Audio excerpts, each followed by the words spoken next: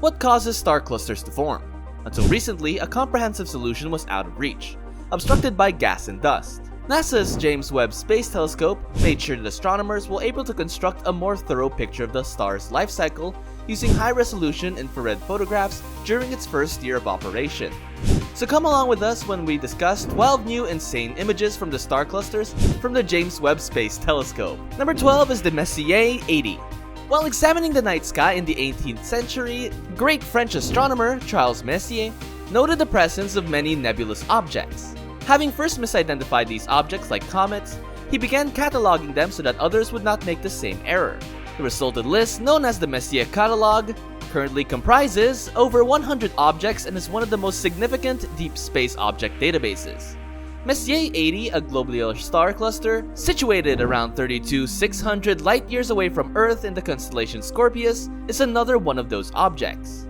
The cluster is among the most densely inhabited in our galaxy and lies around midway between the prominent stars Centaurus, Alpha Scorpii, and Arcab, making it rather obvious to detect. This immensely dense globular cluster is home to hundreds of thousands of stars, all packed closely together in a 95 light-year diameter sphere.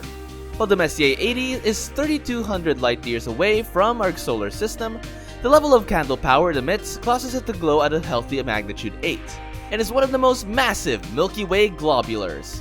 Number 11 is the Mammoth Stars. WR25 and TR16-244 are two massive stars in the open cluster Trumpler 16. This cluster is tested within the Carina Nebula, a massive cloud of gas and dust located around 7,500 light-years away from Earth. The Carina Nebula is home to multiple ultra-hot stars, along with these two star systems and the famed blue star Eta Carinae, which is the greatest verified luminosity. These stars are not only extremely hot, but also extremely luminous, radiating most of their light in the ultraviolets and looking blue in color. They are so strong that their hydrogen fuel source is depleted faster than that of other types of stars. Its actual nature was disclosed 2 years ago when an international team of astronomers, managed by Roberto Gammon, who was then at the Chile's Universidad de La Serena, determined that it was made up of approximately 2 stars. 10. Stars of the Omega Centauri. The average distance among the stars in the Omega Centauri's core is around 0.6 light-years, significantly closer to the Sun's nearest neighbor, Proxima Centauri, which is 4.25 light-years away. Omega Centauri, the Milky Way's biggest globular star cluster, comprises around 10 million stars with a diameter of 230 light-years. This mammoth is 10 times more massive than the normal globular cluster. Omega Centauri is distinguished from the globular clusters not merely by its size, and while most star clusters include stars of comparable age and composition, examinations of the Omega Centauri show that it contains various stellar populations that originated at different times. Omega Centauri is distinguished from open star clusters such as the Pleiades and the Hyades in its symmetrical circular form. The open star cluster is a loose collection of dozens to hundreds of young stars inside the Milky Way galaxy's core. Gravity holds up the open clusters together minimally, and they disperse after hundreds of thousands of years. Number 9 is Westerland 2. Westerland 2 is an occupied compact young star cluster in the Milky Way, as well as a super star cluster. With an approximate age of 1 to 2 million years, it's home to some of the warmest, biggest, and most powerful stars known to science.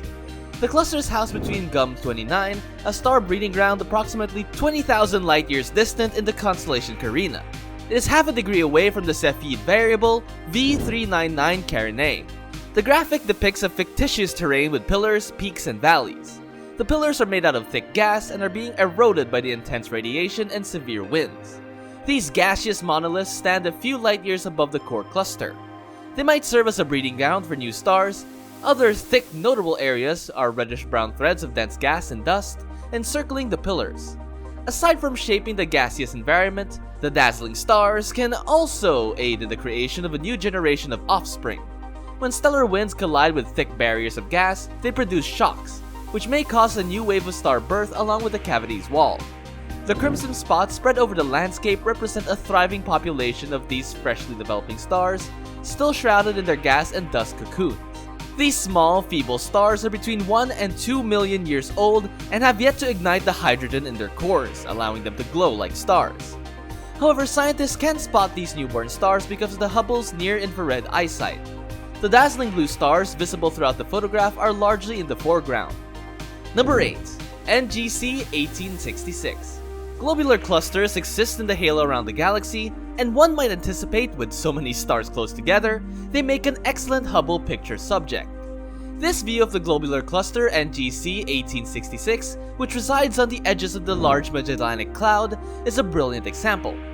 This cluster is shrouded in mystery. While theories of globular clusters creations portray all of the stars being created in a single massive burst, some clusters, notably the NGC 1866, appear to contain numerous generations of stars based on how heavy the metal in the stars possess.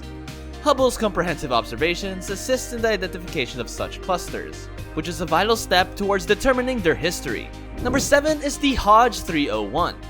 From the Earth's southern hemisphere, Hodge 301 is a star cluster inside the Tarantula Nebula. The cluster and nebula are located around 168 light-years distant in the Large Magellanic Cloud, one of the Milky Way's circling satellite gases.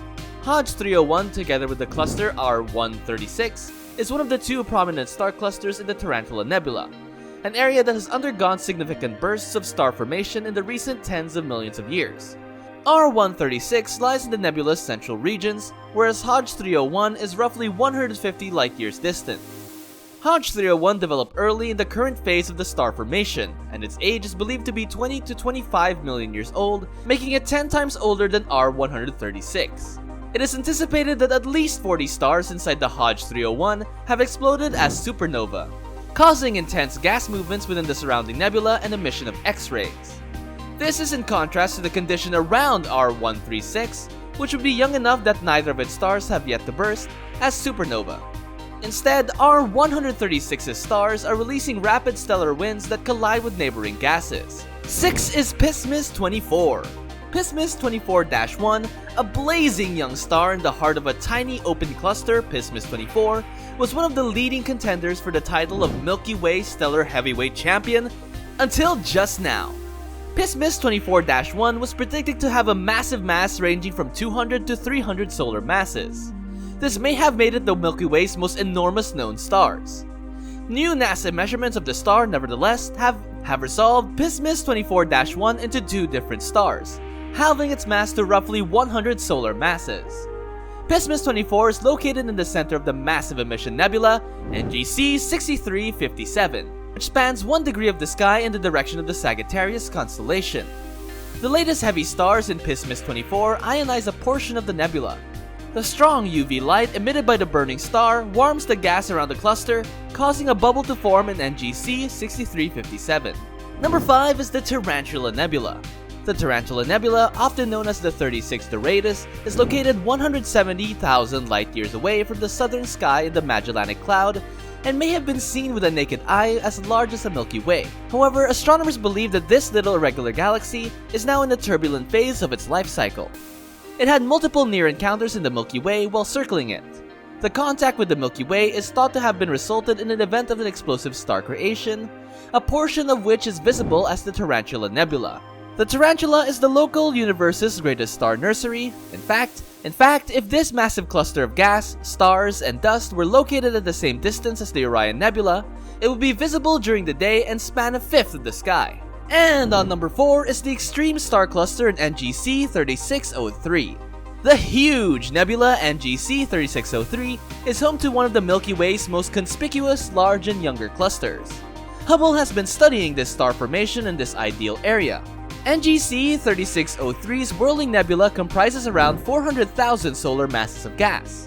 A few Bok globules lurk amid this huge cloud, named after the Bart Bok, who discovered them in the 1940s. Bok globules are thick clouds of dust and gas with masses to tens to hundreds of times of that of the own sun. They look like bug cocoons and are collapsing after their own weight, generating new stars. Bok globules appear to be among the universe's coldest things. Sir John Herschel made the original discovery of NGC 3603 in 1834. It is known to be home of the Sure 25, a blue supergiant star at the point of exploding known as a supernova. It is frequently referred to as the Milky Way analog to the now famous supernova SN 1987A in the Large Magellanic Cloud's predecessor. Number 3 is the NGC 3201. NGC 3201 is considered to be more than 10 billion years old compared to our own sun's age of roughly 4.5 billion years. It may be found in our sky near the southern constellation Vela de Sales at a distance of around 16,300 light-years from Earth. The total mass of the cluster is believed to be around 254,000 times of that of our Sun, and the MUSE instrument on the SEO's very powerful telescope in Chile is used to study this cluster. The Scottish astronomer James Dunlop found this glittering cluster of stars on May 28, 1826, and characterized it as a fairly huge, quite brilliant object that gets somewhat uneven near its center. NGC 3201 has also several unusual qualities that set it apart from the roughly 150 globular clusters in our Milky Way galaxy.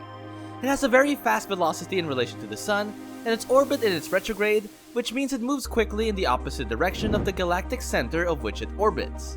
The odd behavior of this cluster hints that it may have had an extragalactic beginnings, but was trapped in the Milky Way's gravity at some time. Number 2 is the Trumpler 14. According to NASA, the Trumpler 14 cluster is located 8,000 light-years away distant in the Carina Nebula, a massive star formation zone. The cluster, which is just 500,000 years old, boasts one of the largest concentrations of big, bright stars in the whole Milky Way. According to the researchers, the combination of the outflowing stellar winds and eventually supernova blast waves will carve out holes in the neighboring clouds of gas and dust.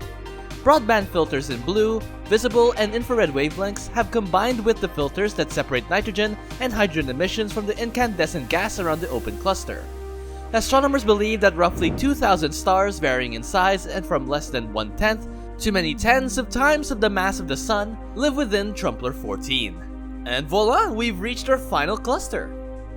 Number 1 on this list is the Messier 2. Messier 2 is a massive cluster situated around 37,500 light-years from Earth. Deep outside the galactic center, the cluster is oriented towards the Aquarius constellation, and it is one of the biggest known clusters of its sort in the night sky. With a diameter of around 175 light-years, in the new General Catalog, it is designated as the NGC 7089. Messier 2 is one of the Milky Way's more ancient globular clusters. The approximate age of the cluster is 13 billion years, which is around the age of the globular clusters Messier 3 and Messier 5, which are situated in the constellations Canes, Venatici, and Serpens. Accordingly, the universe is thought to be around 13.8 billion years old, hence the cluster most likely began when the universe was only 6% of its present age, or less than a billion years old. And moreover, M2 is approaching at us at the speed of around 5.3 kilometers per second. That's it for today's episode. Thank you so much for watching, and if you liked it, please feel free to add your views and comment down below.